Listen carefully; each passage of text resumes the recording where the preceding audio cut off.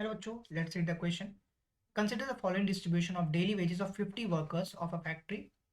Daily wages in rupees being given to us. Number of workers is also given to us. Find the mean daily wages of the worker of a factory by using an appropriate method. So we know that the key concept is basically question हमारा कह रहा है कि appropriate method use करना। तो appropriate method basically mean निकालने के बहुत सारे होते हैं। डायरेक्ट मेथड होता है, स्टेप डेविएशन मेथड होता है। तो हम यहाँ पे क्या कर सकते हैं, हम यहाँ पे कोई भी अपने सिंपलेस्ट वे में यूज कर सकते हैं। तो I am using it here for direct method. This is also part of, ये भी अप्रोप्रिएट मेथड का पार्ट है। तो डायरेक्ट मेथड की अगर हम बात करें तो जो मीन होता है उसका फॉर्मूला होता है sigma F I X I upon sigma F I, where जहाँ पे एक्साई जो होता है वो हमारा क्लास मार्क होता है, जिसका फॉर्मूला होता है lower limit plus upper limit upon 2। ये हमारा क्लास मार्क का फॉर्मूला होता है। अगर हम इस क्वेश्चन की बात करते हैं तो हम इस क्वेश्चन से पहले क्लास इंटरवल बना लेंगे। क्लास इंटरवल जो हमें दिया गया पहले से, फिर हम क्लास इंटरवल बेसिकली यहाँ पे डेली वेजेस दिया है तो हम क्लास इंटरवल डेली वेजेस के फॉर्म में लिख रहे हैं।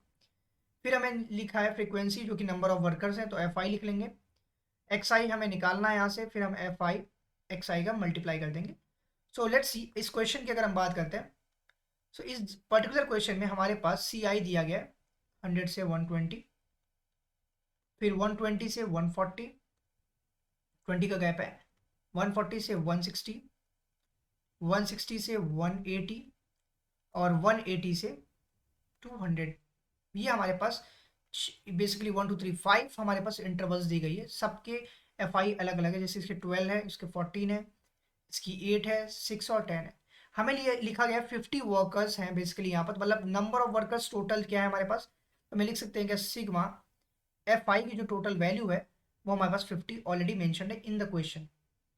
अब हमें क्या करना है, हम एक्स आई निकालेंगे। एक्स आई का मतलब होता है सी आई, दोनों लिमिट्स को ऐड करेंगे तो 120 प्लस 100 दैट इज 220, 220 का हाफ कर लेंगे तो हमें मिल जाएगा 110। तो ये आया 110। सिमिलरली 140 और 120, 120 और 140 को अगर हम ऐड करेंगे तो 260 आएगा। 260 का अगर हम आधा करेंगे तो 130 आ जाएगा।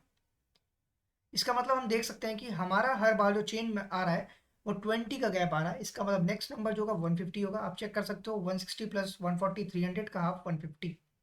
Similarly 170 and last one is my 190। 190 last number होगा, क्योंकि अगर हम इसको ऐड करेंगे तो यहाँ पे आप देख सकते हो 200 और एक 300, 390, 380, 380 का हाफ करेंगे 190 हो जाएगा। नाउ एफ आई एक्स आई निकालते हैं। तो 12 का अगर मैं मल्टीप्लाई सिमिलरली यहाँ पे 11 जीरो से करूँ तो ये आएगा 1320।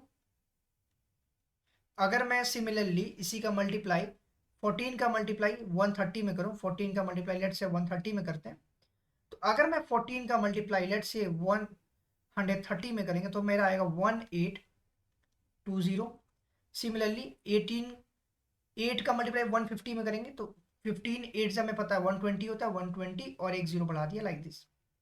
अब हमें पता है 17 का मल्टीप्लाई 6 में अगर हम करेंगे तो 102 आएगा, लेकिन एक जीरो बढ़ाना है, 102 एक जीरो बढ़ा दिया। सिमिलरली आएगा 1900। अगर मैं सबको ऐड कर दूं that is sigma F I X I, अगर हम करेंगे सबको अगर मैं ऐड कर दूं तो यहाँ से देख सकते हो जीरो, ये लेफ्ट में सबसे जीरो, फिर दो और दो चार और दो छः लाइक दिस। फिर अगेन 8 3 11 2 13 और 13 और ये 13 और ये आया 22, दो आपका कैरी गया, फिर आप दो और दो चार, दो छः एक सात, 7260 आ गया।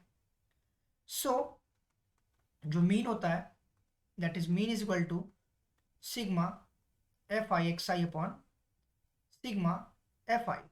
Sigma F I X I हमें दिया है, implies that sigma F I X I हमें जो दिया है यहाँ पे वो दिया है 7260 अपॉन जो हमारे टोटल एफ आई है 50 दिया गया पहले से क्वेश्चन में। कैलकुलेट करेंगे, अगर हम 726 को बेसिकली डिवाइड कर दें 5 से तो हमें मिलेगा 145.2। सो ये 145.2 जो आ रहा है मेरा मिनिमम, बेसिकली मैं बात कर रहा हूँ ये डेली वेजेस है रुपीज में। तो so mean daily wages of worker in a factory या ऑफ अ फैक्ट्री इज कितना हुआ, ₹145.20. This is my required answer. Hope you understand it well. Best of luck. Thank you.